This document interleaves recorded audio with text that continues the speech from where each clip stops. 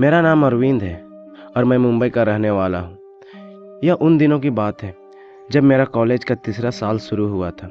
खूबसूरत हसीना के रूप में दिल दहला देने वाली क्रूर आत्मा का आतंक मैंने उस दिन झेला था। सच कहूँ तो मैं उस दिन मौत के मुंह में से वापस आया था। मैं जूहू पर बैठा नारियल पानी पी रहा था। दोपहर के 12 बजे थे। सामने कुछ ही दूर पर एक सुंदर सी लड़की मेरे सामने घूरे जा रही थी। मैंने भी शर्म को कुएं में डालकर हाथ से बाय कर दिया और स्माइल दे दी। मुझे लगा कि आसपास कोई भीड़ नहीं है, मामला बिगड़ा तो आराम से 9-2-11 हो जाऊंगा। तभी मेरे पसीने छूट गए क्योंकि वह हीरोइन टाइप लड़की चलकर मेरे पास आने लगी। मुझे लगा आज तो पक्का सैंडल पड़ेगी या उसकी 5 उंगलियां मेरे गाल पे छपेंगी। पर गजब हो गया। उस लड़की ने आकर मुझसे हाथ मिलाया और सीधा मुझसे बोली कि चलो कहीं चले।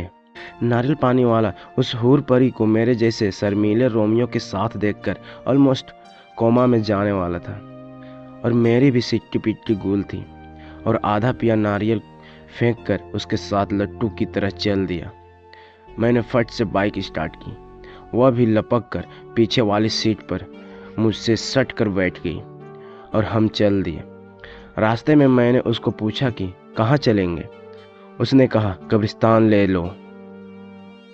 मैं बोला अच्छा, और वहाँ क्या करेंगे? उसने कहा तेरा खून पीना है मुझे। उसकी बहकी बातें सुनकर मेरी थोड़ी थोड़ी फटने जरूर लगी थी। फिर भी मैंने पूछा तुम्हारा नाम क्या है? वह बोली आफत। मेरा लगातार सवाल पूछना उसे पसंद नहीं आ रहा था। उसने बाइक रुकवा दी और बाइक से उतरकर बोली कि अगर तुमने रास्ते में आगे एक भी और सवाल किया तो मैं तुम्हारे गले से ताज़ा खून चूसने लगूंगी और तुम्हारा मांस भी नोच लूंगी। एक खूबसूरत लड़की के ऐसे बर्ताव से मैं सदमे में था। मुझे लगा यह शायद सनकी होगी या पक्का इसमें कुछ आत्मा वात्मा का साया है। उसने जहाँ बताया वहाँ मैंने बाइक ले ली और उसके उतरते ही मैंने उसको कहा अच्छा चलो मैं जाता हूँ, मुझे कुछ काम याद आ गया।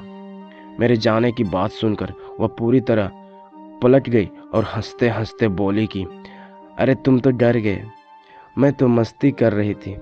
आओ अंदर आओ, यहाँ अंदर सिर्फ मेरे फादर की कब्र पर मुझे थोड़ा समय बिताना है, फिर चले जाएंगे। तुम मुझे वापस जुहू छोड़ देना और चले जाना। अब इमोशनल टच देकर उसने कवर तो कर लिया पर मेरी पूरी तरह हालत पतली हो गई थी। हिम्मत करके मैं उसके साथ कब्रिस्तान में घुस ही गया। कब्रिस्तान के अंदर अजीब सन्नाटा था। वहां पहुंचते ही उसने पेड़ की छांव में खड़े होकर अपना रूप बदला। उस लड़की ने अपने बाल बिखरा के खोल डाले और दुपट्टा पेड़ की डाल पर लटका दिया और उसी पेड़ पर उल्टी लटक गई और डायनों की तरह हंसने लगी। मैं तो पगला गया और उधर से गेट की ओर भागा। गेट पर पहुंचा तो देखा वह लड़की बिखरे बाल और लाल आंखों के साथ मेरे सामने खड़ी है। मैं कांपने और गिड़गिड़ाने लगा पर वह मेरे सामने से नहीं हटी। उसने अजीब विकराल आवाज में कहा कि बहुत जवानी चढ़ी है ना, आज तेरी सारी गर्मी उतार दूंगी नालायक। मैं साइड से भागने लगा तो उसने मेरी टांग पकड़ ली और जमीन पर पटक डाला।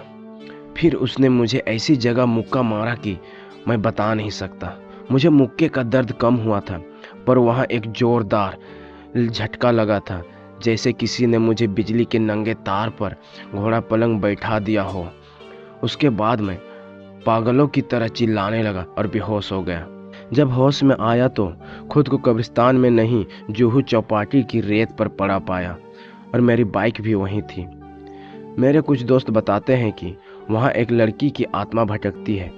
वह लड़की बेहद खूबसूरत होने के कारण बहुत सारे लड़के उसके पीछे पड़कर उसे तंग किया करते थे। उस लड़की को कुछ बदमाशों ने रुसवा करके मार दिया था और वहीं उसकी लाश फेंक दी थी। तब से उसकी आत्मा यहाँ आने जाने वाले मनचले लड़कों को बाइक से रुकवा कर उनको प्रताड़ित करती है। जब मुझे इस बात का पता चला तो उस दिन से शाम को अकेले मैं कभी जुहू चौपाटी नहीं आया और दिन भी जुहू चौपाटी गुजरते वक्त मुझे वो घटना याद आ जाती थी। अगर कहानी अच्छी लगी है दोस्तों तो वीडियो को लाइक, कमेंट एंड चैनल को सब्सक्राइब करके हमें सपोर्ट जरूर करें दोस्तों, ताकि हम आपके लिए ऐसे ही नई नई कहानियाँ लाते रहें। थैंक यू दोस्तों।